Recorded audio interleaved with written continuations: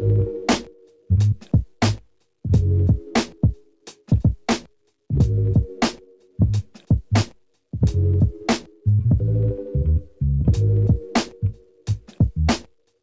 primeira edição do Moist Talks, queria agradecer a presença do Alfio Lanhado, proprietário da Hang Loose e da Surfco, um dos maiores empresários de surfwear do Brasil, e nosso querido Júlio Ader, colunista da Moist e uma das figuras mais respeitadas do surf. Obrigado, galera. De nada, é um prazer. Bom, eu queria começar, é inevitável a gente falar dessa situação, né, cara? Em 38 anos de Hang Loose, você já passou por uma crise dessa? Não, a gente já passou por muitas crises. Passamos a crise do plano cruzado, inflação do Sarney de 70%, passamos por confisco de dinheiro do Collor, passamos pela crise da Argentina, quebra do Lehman Brothers do 2008, já tivemos crise cambial, já tivemos muita crise, mas que nem essa nunca tivemos. Nunca tivemos e a gente não consegue dimensionar onde vai parar, né? A gente sabe que o estrago é grande, só que a gente não sabe se é mais 15, se é mais 20, se é mais 30 e não sabe como que vai voltar no futuro, porque vai ter muito desemprego, vai ter muito problema. Então, economicamente é bem complicado, mas tem um lado bom também, que te leva para dentro de casa para refletir sobre a vida, para pensar nos verdadeiros valores. Às vezes a gente está numa vida muito louca e é bom para todo mundo tirar o pé do acelerador um pouco e repensar a vida. Então, de tudo tem o lado bom e tem o lado ruim. Você, Julião, já lembra de ter visto algo assim? Não, nem eu, nem ninguém, né? Isso é uma coisa inédita no tempo que estamos vivos, né? Aliás, no último século, no último século, sem dúvida nenhuma, que esse século ainda está novo. Mas no último século e meio, a gente não viveu nada nem parecido com o que começamos a viver agora, né? A gente não sabe a dimensão dessa história toda, por quanto tempo ficamos assim ainda, quais são as consequências disso de curto e de longo prazo. E, como o Alfio disse, se tem alguma coisa positiva nesse negócio, são as reflexões, né? O pessoal agora está sendo obrigado a refletir sobre várias coisas relacionadas a nossas escolhas, nossas vidas pessoais, sobre como os governos vão lidando com as coisas que podem detonar as pandemias, né? Ou como vem cuidando do meio ambiente, etc. e tal. E uma coisa fundamental que a gente está vivendo agora é que ninguém acreditava que fosse possível o mundo parar. E ninguém queria que o mundo parasse por nada, porque achava que era fundamental que o mundo continuasse na velocidade que estava, independente das mudanças climáticas e tudo que estava acontecendo no mundo. E agora, definitivamente, o mundo parou. E é possível parar e continuar existindo, apesar de todos os desastres que isso vai causar, fome, doença, pobreza, mas é possível parar. Isso é uma das maiores reflexões, acho que isso nos impinge agora, né? Certeza, sem dúvida. Bom, antes da gente entrar um pouco de mercado e de futuro, queria falar mais um pouco assim de circuito, assim. E vocês acham que 2020 já é um ano perdido em termos de competição? O campeão mundial desse ano vai ser o marroquino que ganhou o Hang Loose. Vai ser ótimo. Eu acho que, assim, eu não sei se vocês lembram, lógico que vocês lembram do ano que teve o ataque nas Torres Gêmeas, que era um problema, claro que enorme, mas era muito menor, muito menos contagiante, não parou o mundo, foi um fato que abalou os Estados Unidos e eles cancelaram tudo e o campeão mundial foi um dos mais questionados da história do surf, que ele foi campeão mundial com algumas etapas e não era nenhum dos top guys bom, ficou para a história como um campeão mundial, que é o CJ. E esse ano vai ser uma coisa parecida, na minha opinião. Talvez voltem até algumas etapas lá no final, se voltar. E o campeão vai ser escolhido em 2, 3 etapas. Eu acho que, comparado a 2001, o que aconteceu foi o seguinte, relembrando, 2001, o circuito estava na Europa quando teve o ataque das Torres Gêmeas, no dia 11 de setembro. E o circuito estava indo para Portugal. O Campeonato de Portugal não aconteceu. Aliás, eu acho que a etapa anterior talvez fosse na Califórnia e depois iam para Portugal. Enfim, me lembro do Pat O'Connell ter escrito uma carta dizendo que era uma questão de bom senso, que ninguém podia viajar porque ninguém estava seguro. Aconteceu um grande... Foi uma celeuma, né? O pessoal ficou sem saber o que ia acontecer, se iam ter vários ataques terroristas no mundo inteiro e tal. Ninguém queria sair de casa para viajar longas distâncias. E os americanos que estavam mais preocupados, que o pau era com eles. E eles que fizeram pressão para suspender o Tour. E aí o Tour não é suspenso, mas não tem Portugal. Agora, você imagina, Portugal já tinha conseguido voltar, o campeonato era na Figueira da Foz, tinha vários apoios que foram difíceis de conseguir. A gente, como brasileiro, sabe bem como é que funcionam essas coisas.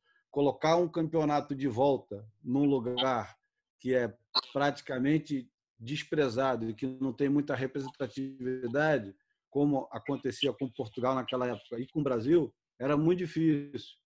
E a ASP, naquela época, cagou para Portugal. O campeonato foi cancelado, ninguém foi.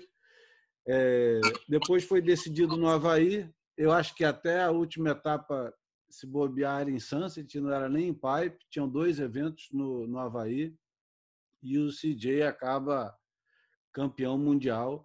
E um dos grandes impactos também desse ano de 2001 foi o Rob Machado ter saído dos top por uma série de coisas e se achou traído, nunca mais voltou para o circuito mundial e é altamente ressentido.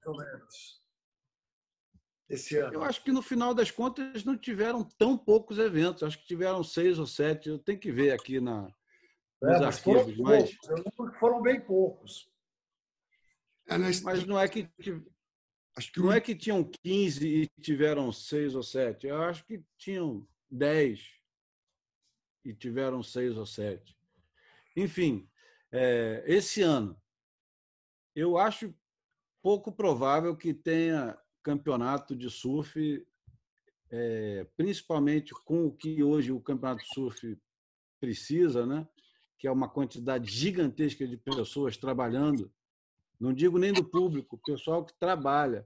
Só a aglomeração do pessoal que trabalha com competidores já é o suficiente para juntar 200, 300 pessoas, que não é recomendável, né? E eu acho que até agosto, setembro, talvez outubro, a chance é muito pequena, mesmo que eles quisessem fazer remotamente, só com transmissão. No New York Times, essa semana passada, saiu uma reportagem dizendo que todas as grandes ligas, NFL, NHL, NBA, todas elas garantem que não voltam antes de agosto, que vai contra o que a ansiedade dos fãs, né? E a ansiedade até mesmo de determinados governantes que querem ter de volta, primeiro, o entretenimento e, segundo, o evento, que, afinal de contas, gera muita grana, né? A WSL não é o caso, porque a WSL, o evento gasta dinheiro. Eles não ganham dinheiro nenhum com o evento. Ao contrário, NHL, a liga de hóquei, a liga de basquete, todas essas ligas, até o Campeonato Brasileiro, o Campeonato Paulista de Futebol, todos esses têm uma receita enorme, eles ganham muito dinheiro, ganham e pagam pessoas. Não fazer o campeonato é muito caro para esses caras e Deus sabe como é que vão ser depois as batalhas jurídicas em torno do que pode pagar e o que não pode pagar. No caso da WSL, a WSL é completamente deficitária, ela não ganha um centavo com o campeonato. Talvez o máximo que fique ali é pagar os ordenados das pessoas que estão envolvidas. Mais do que isso, não tem. Então, o formato é diferente, né? Para a WSL? Hã? Então, a paralisação seria boa para a WSL nesse sentido? Pensa numa coisa, a WSL, o único compromisso que eles teriam hoje é pagar a premiação igualitária para todos os surfistas que estão participando do circuito em 33º lugar, que é o último lugar. Então, todos os surfistas, mesmo não competindo, sendo cancelados os eventos, eles receberiam a premiação. É um prejuízo pequeno diante do tamanho do prejuízo de fazer o campeonato e ele produzir e ele não acontecer. Um campeonato deve custar por volta de... O Alf deve saber melhor do que eu. Eu chuto que deve ser por volta de $5 milhões. Um campeonato, um WCT. Não, incluído. O que eu acho, Júlio? Eu acho que assim, o objetivo da SP, da WSL, é tentar ficar positivo. O cara comprou um negócio, botou uma grana louca e estava tentando alavancar e o negócio está difícil para eles, todo mundo sabe, mas eles estão tentando botar a máquina para andar. Eu concordo que para passar esse momento de crise, que nem uma empresa, que nem eu tenho aqui, eu estou vendo meus custos. No pensamento do Júlio, é muito melhor ficar quietinho, pagar meus custos para sobreviver. Só que o objetivo da WSL é muito maior que esse, fazer a coisa acontecer, para conseguir atrair patrocinadores, para conseguir transmissão, para conseguir criar receita para ser um bom negócio para o investidor. Então, acho que não é bom para eles parar. Mas também, se você pegar, muitos eventos acontecem primeiro com aglomeração, segundo acontece com verbas públicas. E as verbas públicas hoje para apoiar um surf, quando eu estou pensando mais no Brasil, os países desenvolvidos são diferentes. Mas não é hora de você investir uma verba pública num campeonato de surf quando você precisa comprar respirador, máscara e ter apoio, toda essa situação de pandemia. Então, acho que esse ano, independente do lado que for, está comprometido. Talvez eles façam alguma coisa no Havaí, porque quando voltar à Europa, praticamente, além de ela sofreu muito com o corona, por enquanto é um dos lugares é o lugar que mais sofreu, que é França, Espanha.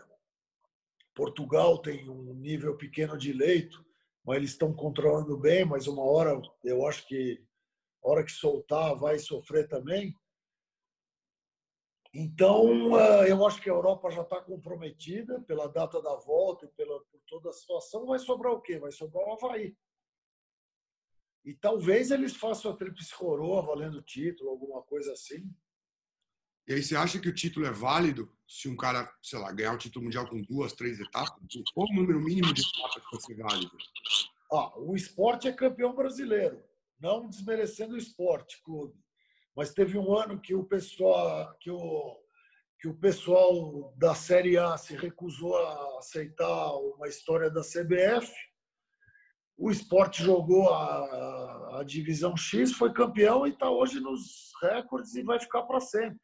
O CJ foi um campeão muito estranho. Está lá, CJ Hobgood, campeão mundial. Só os velhos vão lembrar que aquele ano, a Torre Gêmea, o resto está no registro. O próprio CJ, ele não se declara campeão mundial quando ele fala de si próprio, né? Ele mesmo acha que foi um título tão válido assim. Pô, tem um amigo meu que é campeão carioca, Júlio Adler. Mas esse ganhou mesmo, né? Esse ganhou, é brincadeira. A verdade Esse é é que bom. o Vitor Ribas e o Pedro Miller, que tinham grandes chances de ganhar o circuito nesse ano, foram para o Avaí, para a Tríplice Coroa, e eu fiquei disputando com os caras. Não vou chamar de café com leite, que é sacanagem, mas porra, eu não tinha o Pedro Miller e o Vitor Ribas naquele campeonato. Você vê coisas Mas que a vamos gente embora. não sabia, mas aí, tá vendo? Já tiramos uma declaração importante para os anais da história do surf brasileiro. Não importa, você ganhou, tá registrado, é isso. Eu não sabia, para mim era o grande campeão, ainda é, tá aí, é ele. É isso aí. Agora, vocês acham que a WSL sobrevive um ano inteiro sem fazer campeonatos e, já aproveitando essa deixa, sobrevive um ano sem fazer campeonatos nesse novo shift deles, que é produzir conteúdo? E o que vocês acham desse novo caminho da WSL, né, da entidade de se tornar uma media house mesmo? Olha, na minha visão, tem várias coisas acontecendo ao mesmo tempo. Num primeiro momento, a WSL, o cara é um bilionário, se empolgou, botou dinheiro e não está sendo, por mais que ele não está sendo o que ele esperava, todo mundo sabe, já trocou de CEO várias vezes, está aí tentando criar um novo formato.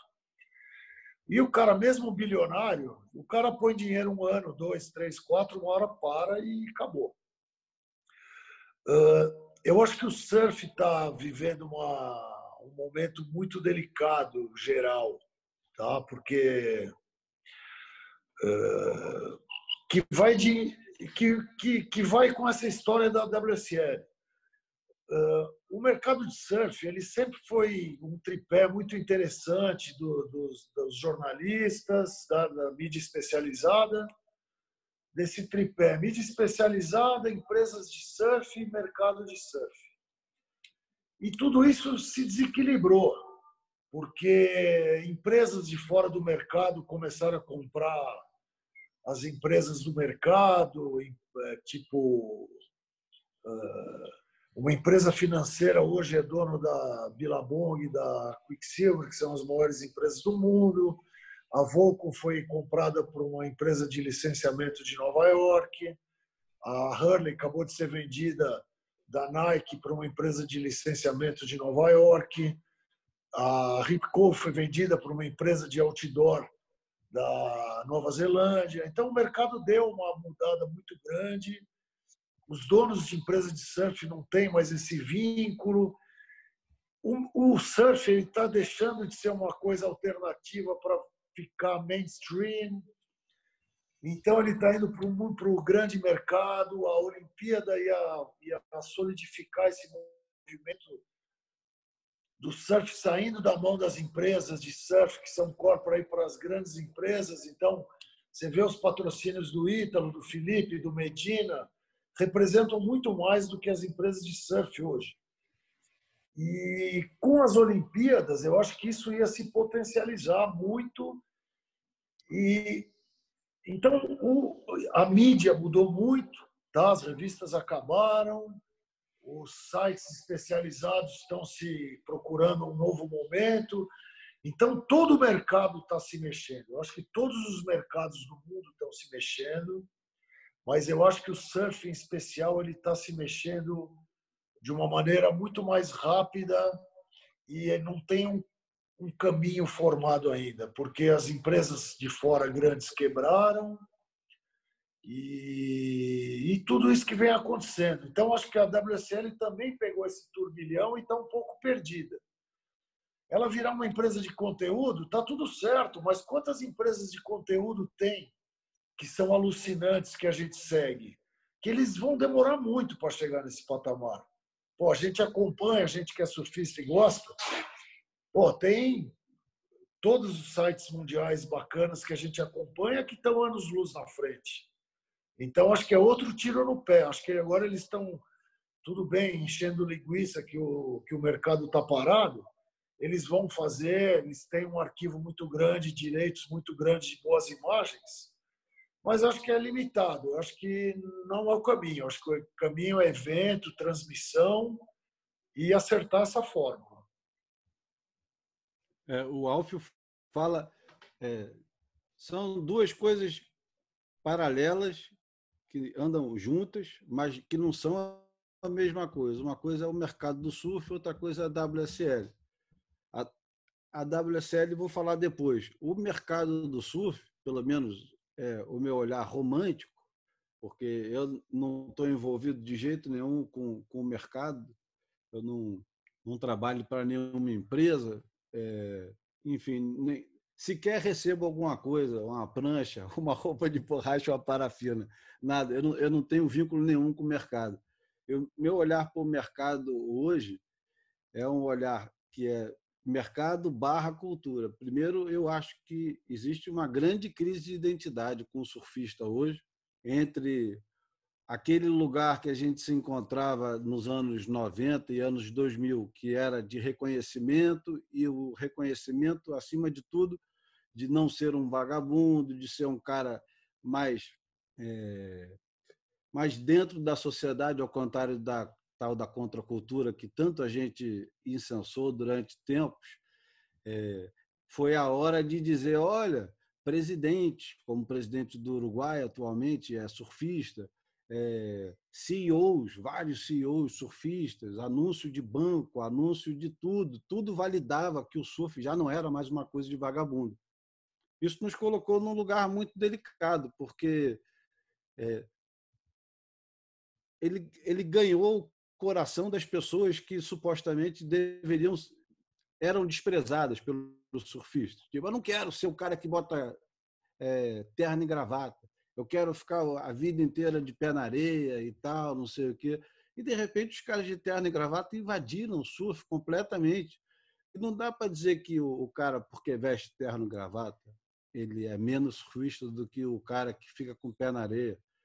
Sempre teve isso. Sempre teve o cara de terno e gravata. Aliás, engraçado que nos filmes do Bruce Brown os caras viajavam de terno e gravata, mas existia esse preconceito e esse distanciamento entre o surfista de verdade e o surfista pegador de onda, o cara que pega onda de vez em quando, compra uma prancha, atarracha em cima do carro ou bota na parede de casa.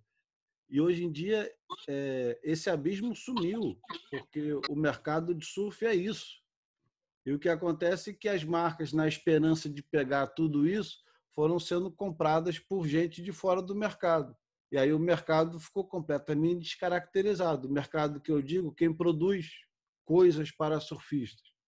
Strap, prancha não. Prancha é a única coisa que se manteve fiel com poucos deslizes, como a China Island, que foi vendida e depois recomprada, foi vendida por um grande grupo de snowboard, o Burton, e acho que depois foi já revendida por os donos originais, se eu não estou enganado. Tem esses barões das pranchas que fazem prancha na China, Hayden Shapes, essas merdas, mas eles não são considerados essência do surf, sei lá o que isso quer dizer, né? É difícil definir essência, né? E principalmente definir a essência do surf. Principalmente numa época que a gente tem ondas artificiais. Porra, vai dizer que o cara que pega onda artificial não tem a essência. Isso já é outro mercado, né? Que deve explodir depois que passar a pandemia, que eu acho que é um ambiente controlado. E que a WSL está investindo bastante, que pode ser um cofrinho ali, que o cara bota um dinheirinho e guarda, não para ganhar muito dinheiro. E a outra coisa é a WSL. Ela faz uma coisa quase burocrática, né? Não surpreende ninguém, vive insistindo naquele... mais uma vez, a gente volta, vive insistindo do negócio globalizado. Então, vou botar um negro que surfa não sei aonde, vou botar um indiano, um cara do Oriente Médio, uma mulher que surfa no Irã. Eles estão tão preocupados em fascinar o mundo com o surf que eles esquecem que tem uma porrada de surfista que querem assistir onda surfada ou talvez uma boa história. E a Red Bull faz isso há muito mais tempo e muito melhor. Assim como quando as empresas que tinham surf na tal da essência queriam fazer as coisas, faziam sempre muito melhor do que os outros. A Gotcha, quando fez o Surfers the Movie, é um filme fantástico. A Quicksilver, quando fazia os performances, a Billabong, quando contratava o Jack McCoy para fazer os filmes, não tem fórmula secreta, assim, não tem nada demais no negócio. É você chamar as pessoas que são boas para fazer aquilo que eles sabem fazer e produzir aquilo. A WSL está o tempo todo tentando reinventar a roda, publicando agora reportagens sobre a vida do Felipe Toledo em casa. Porra, ele tem um Instagram, nego segue essa merda todo dia há 5 anos. Tem nada de novo nisso. Pô, me fala alguma coisa diferente. Então, eu acho que como provedor de conteúdo, eu acho que está fadado ao fracasso. Como produtor de eventos, por enquanto, o negócio não deu certo. Talvez com as ondas artificiais eles tenham outro modelo de negócio que pode dar certo mais na frente, não sei. Não sei qual é o futuro da WSL. Eu não sou dos mais otimistas. Eu concordo plenamente. Eu acho que assim, geração de conteúdo tem que ser para profissionais de mídia. Eu acho que é legal eles ter conteúdo, as melhores baterias do século, os grandes mares clássicos. Tem conteúdo para eles brincarem e ilustrarem, mas não pode ser uma empresa de conteúdo. A WSL é uma empresa de evento. O que eles têm que fazer é fazer evento, fazer transmissão e vender direitos. E vender patrocínio. É difícil que já não é tão mais difícil, porque hoje tem internet, hoje tem várias câmeras, os custos de produção estão mais baixos. Tem a questão eterna da dinâmica do surf, que é muito chato assistir um campeonato de surf se você não for um cara viciado, tem que ficar esperando 20 minutos o cara pegar uma onda. E os critérios são subjetivos. Então, as questões de sempre que a WSL tem que acertar e vender direitos. E não é muito caro, porque os eventos de surf não são muito caros. E, consequentemente, dá para vender direitos mais baratos e fazer um break-even e criar uma história para essa coisa evoluir. Mas isso é problema da WSL. Eu acho que assim, eles têm outro problema que é muito brasileiro, evita de comentar, é até polêmico que eu vou falar. Cara, o mundo está engolindo os brasileiros. Para a gente é do caralho. Os gringos estão loucos da vida. Para o australiano, hoje a WSL é um tédio. Para o americano, para o europeu, tirando alguns portugueses que estão ali, os caras não gostam. Tem que engolir o Medina, tem que engolir o Ítalo, tem que engolir o Felipe. Eu acho que esse fantasma ele já se foi há muito tempo. Eu ainda tenho eu tenho uma teoria que isso nos prejudica demais, apesar dos títulos e toda a idolatria que hoje os brasileiros têm. Eu acho que isso ainda nos prejudica demais. Essa desconfiança, que é uma mistura do que o Nelson Rodrigues chamava de complexo de vira-lata, de achar que os caras estão sempre torcendo contra, que o brasileiro é sempre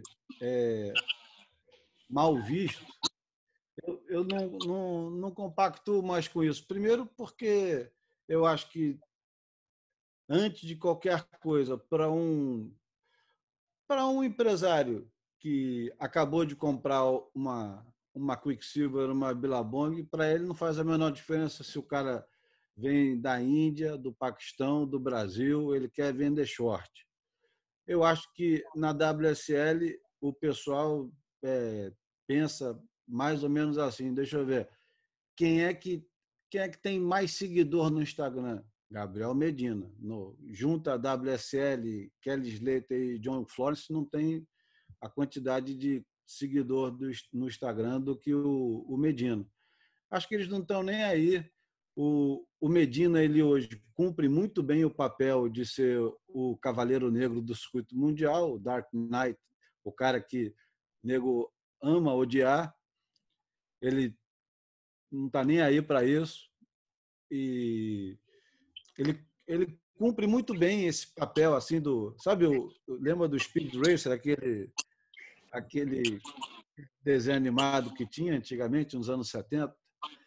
É o Corredor X, o Medina é mais ou menos o corredor X, quando aparece, porra, ninguém segura e tal. E ele não tem a imagem que o surf gostaria que ele tivesse, mas também ele não está nem aí para isso. Isso é algo admirável de Medina, né? Ele tá cagando o que os caras pensam. Mas eu acho que hoje em dia o Brasil é uma grande possibilidade de negócio para marcas e para a WSL.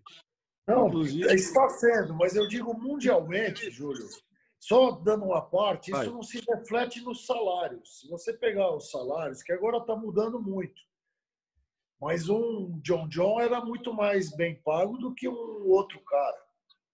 Mas porque vende mais. Eu acho que ele é pago não é porque ele é americano, nem porque ele é louro. Ele é bem pago porque ele vende mais bermuda.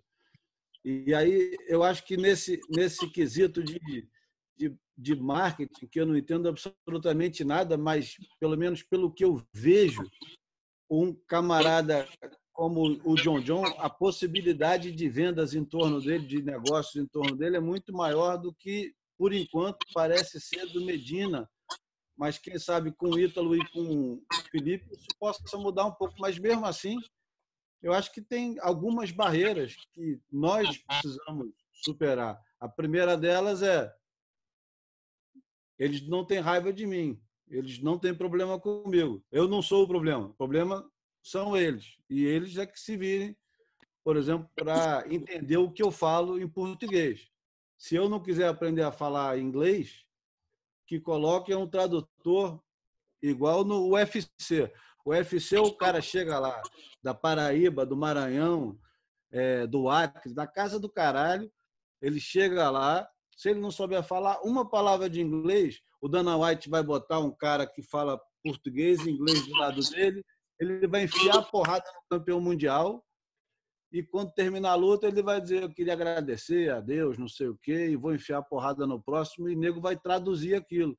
Na WSL nem tem a tradução para a gente, que é um absurdo, porque os caras eles investem em transmissão em português e não tem uma tradução ou as entrevistas feitas com alguém que entenda inglês para poder traduzir, que para mim é mais um dos tiros no pé que os caras dão, e não tem o camarada que vai fazer o papel de traduzir o que o Ítalo falava no início da carreira dele para o Peter Mel. Eles nunca tiveram essa preocupação e eles não têm, não é porque eles têm preconceito.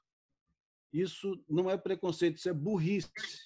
Burrice, porque tem modelos iguais no mundo inteiro e o UFC é só um deles. Então, mas aí eu acho, Júlio, eu estou mais com o Alf nessa, no sentido que a WSL meio que olha para o brasileiro como sei lá, um pouco menos. O que falou, eles vão lá e arrumam um tradutor, como o UFC faz, alguém que entrevista na própria língua. Então, eles deixam os melhores surfistas do mundo, representantes brasileiros, com cara de burro. O cara não consegue se expressar como ele gostaria na língua dele. Ele tem que aprender inglês, ele fica I'm stoked e não sei o quê. Aquilo prejudica pra caramba a imagem do cara. O gringo fala, pô, esse cara não sabe nem falar, esse cara parece um índio, né? E acho que isso vai em outras esferas. Por exemplo, a WSL, quando comprou a piscina do Kelly, eles deram 2 mil diademas. Eles convidaram, pagaram a passagem de jornalistas do mundo inteiro, australianos, havaianos, californianos, levaram a equipe inteira da ETEB, a equipe da Surfer, da Trax, da Beach Grid, chamaram todo mundo para surfar a piscina, para conhecer a piscina. Você acha que eles convidaram um jornalista brasileiro? Nenhum. E a gente com campeão mundial, ganhando 11 etapas no ano retrasado. Ou seja, eles não olham para o Brasil, não tratam o Brasil como uma nação do surf mesmo. Isso eu sinto da WSL, cara. Eu acho que nesse caso, deixa eu só sobre esse negócio da piscina e dessa relação com a imprensa que fala português, que é portuguesa e brasileira, eu acho que daquelas economias burras, porque os caras têm um sujeito dentro da WSL que faz conteúdo em português. E eles acham que aquilo é o suficiente para todo o mercado.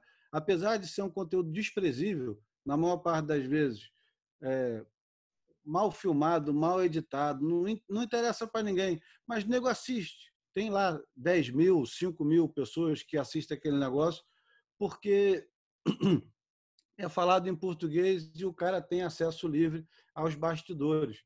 Se tivesse jornalismo sendo feito de verdade, não precisa nem ser assim tão de verdade. Quando a gente fazia o Cambito, a gente falava que o nosso lema era jornalismo mentira, surf de verdade. A WSL podia lucrar muito com esse tipo de coisa. Jornalismo mentira, surf de verdade. O fã brasileiro, ele não está, aparentemente, ele não está muito preocupado assim tanto com o bastidorzinho.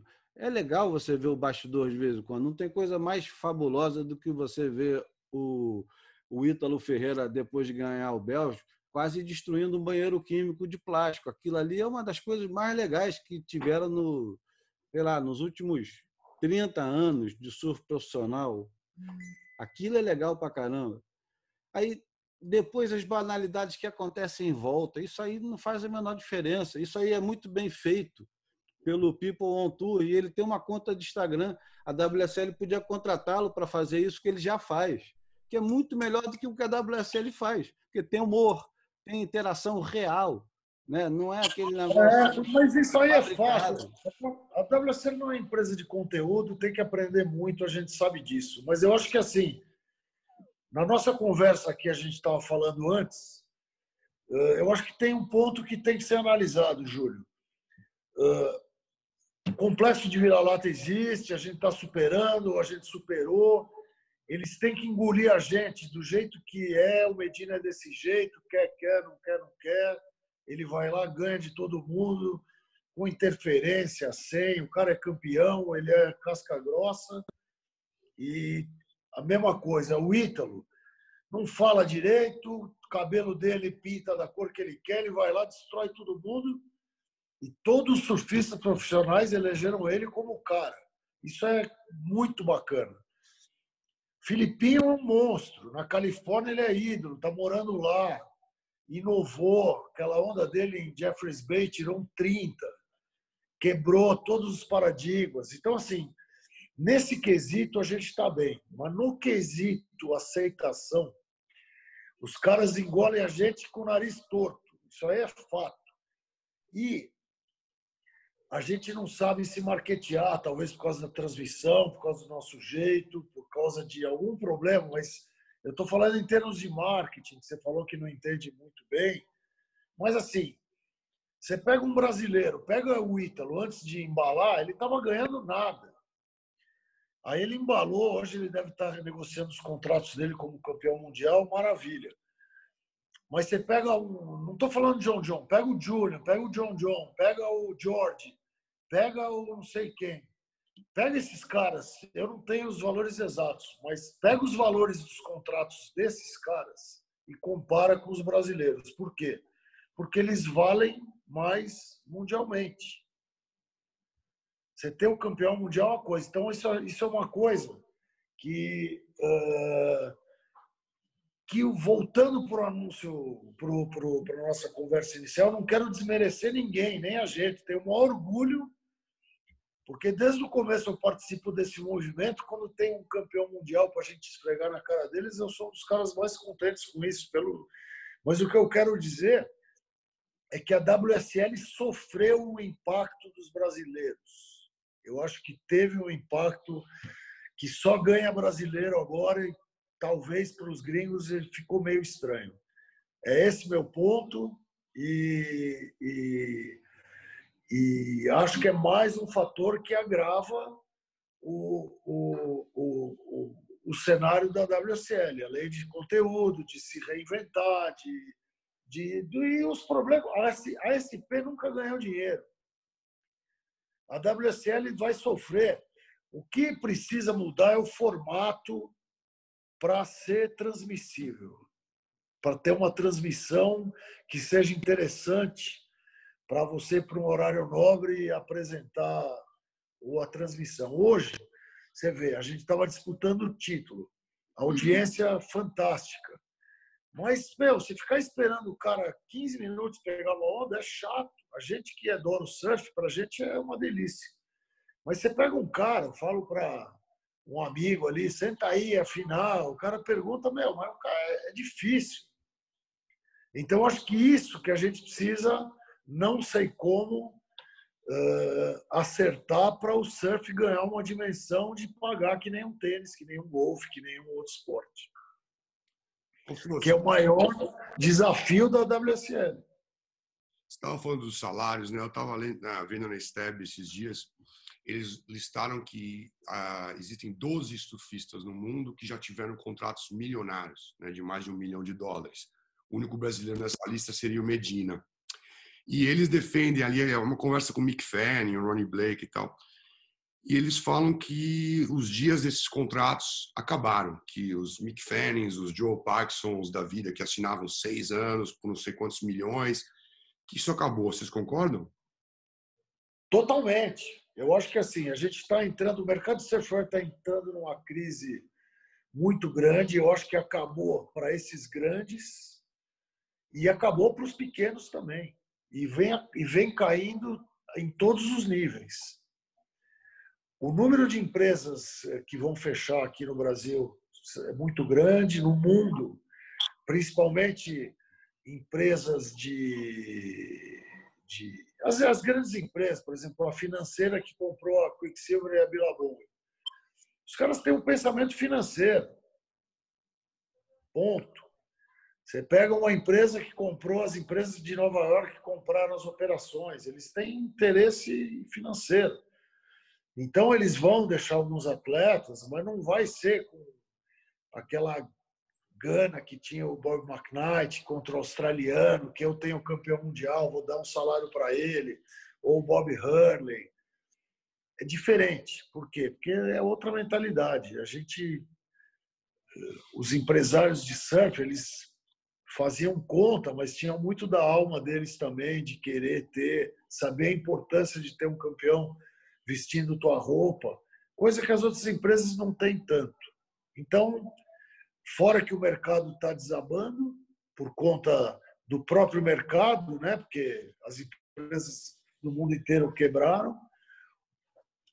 Veio o coronavírus para botar uma pá de cal em tudo isso, então acho que a gente vai se reinventar, acho que a gente vai surgir novo, menor, mais autêntico, mais bacana, talvez voltando para as origens do que era legal. É nisso que eu acredito.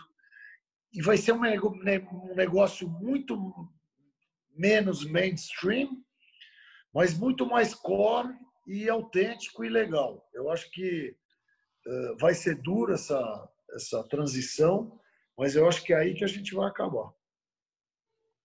E Alf, o que você acha, por exemplo, teríamos Olimpíadas esse ano, não teremos, mas ano que vem teremos Olimpíadas, se tudo correr bem, sabe lá Deus se teremos ou não, mas enfim, se tivermos Olimpíadas, o surf entra no tal grande jogo. E o John Florence mandou uma banana para Hurley, disse que não precisava nem dos 30 dias que eles ofereceram para ele pensar e procurar outro patrocinador, e falou, olha, eu quero minha liberdade, e foi-se embora. Isso não abre, talvez, e o John não pode ser o termômetro. Você falou que acabou o tempo dos contratos milionários, mas também pode ser a grande chance, dada uma Olimpíada, ou sei lá o que pode aparecer daqui para frente, ou até formatos diferentes.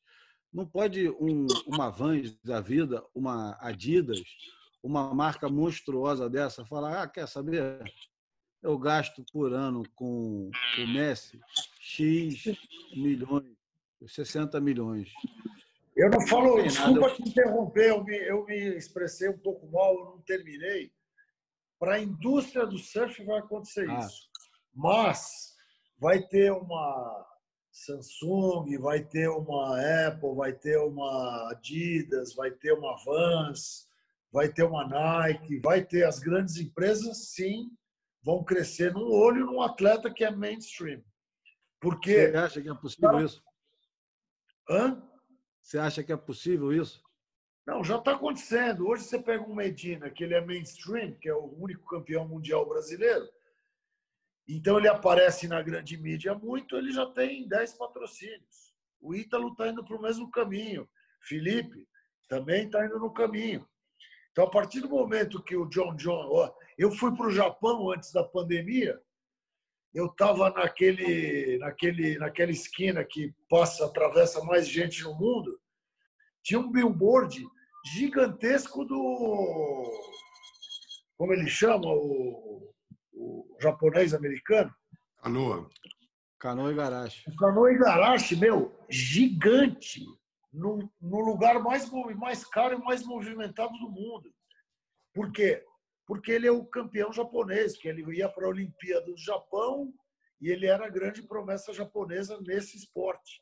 Então, e era um anúncio de um cartão de crédito, era um anúncio de alguma coisa assim. Então, a Olimpíada realmente vai criar esses caras, mas não do mercado.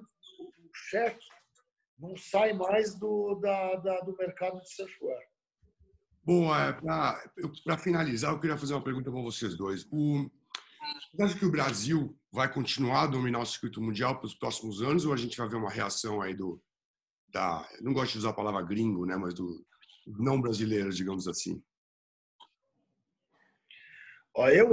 Minha opinião, que sim. Eu acho que a gente tinha muito complexo de vira-lata e esse complexo de vira-lata já passou e eu acho que era a única coisa que inibia a gente. Agora a gente vai criar uma geração, é claro que vira e mexe aparece um Curren, um Slater, aparecem uns raios em alguns lugares, que nem apareceu aparece o John da vida. Então sempre vai ter um gringo fazendo frente, mas eu acho que está muito consolidado. Os brasileiros, a próxima geração, tem algumas falhas no que vem, no que vai, mas eu acho que a gente está muito bem representado e eu acho que a gente vai manter essa hegemonia por bastante tempo. Porque você vê, a gente é a maioria no circuito.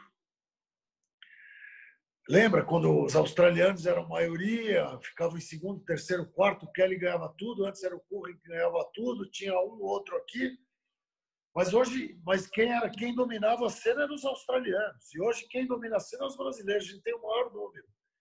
Tem 3 ou 4 talentos na ponta, mas o maior número é nosso. E eu acho que a gente está liderando o movimento e o Brasil é o país a ser batido. Quanto tempo vai durar isso, não sei, mas acho que fica por um bom tempo. Eu acho. Eu não sou tão otimista nesse negócio, não. Eu acho que a gente vai pagar um preço daqui a pouco pela falta de atenção na base, que a gente desistiu completamente, assim como os australianos desistiram lá atrás e estão pagando o preço agora. Como o Felipe não foi fruto de quase nada, de associações locais, ou Associação Brasileira de Surf Amador, ou Confederação Brasileira, eu acho que a gente vai pagar esse preço daqui a pouco. E acho também que é cíclico esse negócio, esse domínio. E uma vez o Nick Carroll escreveu sobre isso, dizendo que os futuros campeões mundiais viriam de lugares inóspitos. Podiam vir do México, da Costa Rica, de sei lá onde. Eu acredito um bocado nisso. Eu acredito que daqui a pouco vai começar a salpicar, igual hoje em dia ganha um marroquino no Hang Loose, ganha um cara de Guadalupe ali, entra um português no circuito mundial, vai entrar espanhol. Eu acho que o desenho vai mudar um bocado. E vai demorar para a Austrália e Estados Unidos voltarem a dominar, se é que algum dia eles vão voltar a dominar. Acho que nós ainda, nos próximos 5 anos, continuamos ali dominando os 5 lugares. Se não for o primeiro, vai ser segundo, terceiro, quarto, segundo, terceiro, quarto, quinto. Acho que isso a gente ainda mantém, mas não sei por quanto tempo. A gente ainda vai pagar o preço do desprezo que o Brasil tem dado às divisões de base.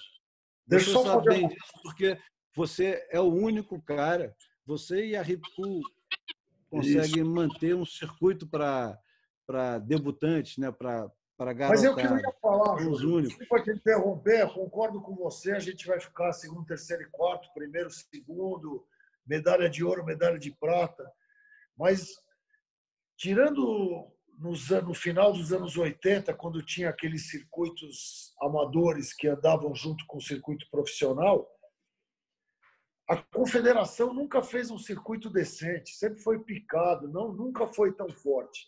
E o circuito de base forte no Brasil é o Ripcool, o Grom Search e o Surf Attack, o Hang Loose Surf Attack. Então, eu discordo de você do Filipinho. Filipinho foi o Medina também, o Adriano de Souza, eles foram frutos desses torneios. Eles correm o Hang Loose desde os 8 anos de idade. Então, lá, quantas baterias teve desses caras? Ali eles aprendem a competir, vai para o Ripcool. Então, eu acho que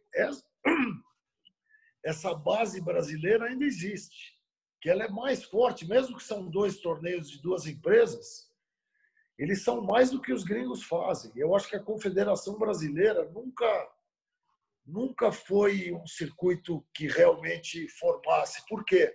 Porque é um aqui, é um ali, não é todo mundo que vai. Sempre foi uma coisa meio... Poderia ser muito boa se a gente ajeitasse essa confederação. Aí o Brasil ia arrebentar. Mas como tá uma merda, esses caras aí que estão aí, não vamos entrar nesse assunto chato, mas se acertasse isso, aí o Brasil seria imbatível por muitos e muitos anos. Legal. Bom, esse papo era para ter o quê? Uma meia hora, acabou indo para mais de 1 hora. Queria agradecer aí a presença dos dois. Júlio Adler, Alto Lanhado, muito obrigado. E alguma coisa que vocês querem adicionar? Não, acho que é isso aí, bacana, estamos à disposição. Muito gostoso falar de assuntos gostosos que a gente tanto gosta num momento de coronavírus, que a gente só ouve falar desse bichinho desgraçado, só vê gráfico de morte, gráfico de infectado, gráfico de no cacete. Então, uma delícia essa horinha para mudar a cabeça, muito bom. Legal ver os amigos, Steven, Julin, nosso grande campeão carioca. Um grande abraço para vocês. Muito bom poder conversar com vocês e afastar mesmo a cabeça desse tsunami que a gente está vivendo de informação e de notícias ruins. É difícil até conseguir falar de notícia boa numa época como essa. Seria até uma irresponsabilidade. E muito bom conversar sobre possibilidades futuras, né? Para a coisa que a gente mais gosta de fazer na vida, que é pegar onda. E valeu, Steve. Obrigado pelo convite. Um abraço para o Alf. Sempre bom conversar com vocês. É isso aí. Bom, obrigado. Obrigado, Steve. Valeu. Valeu.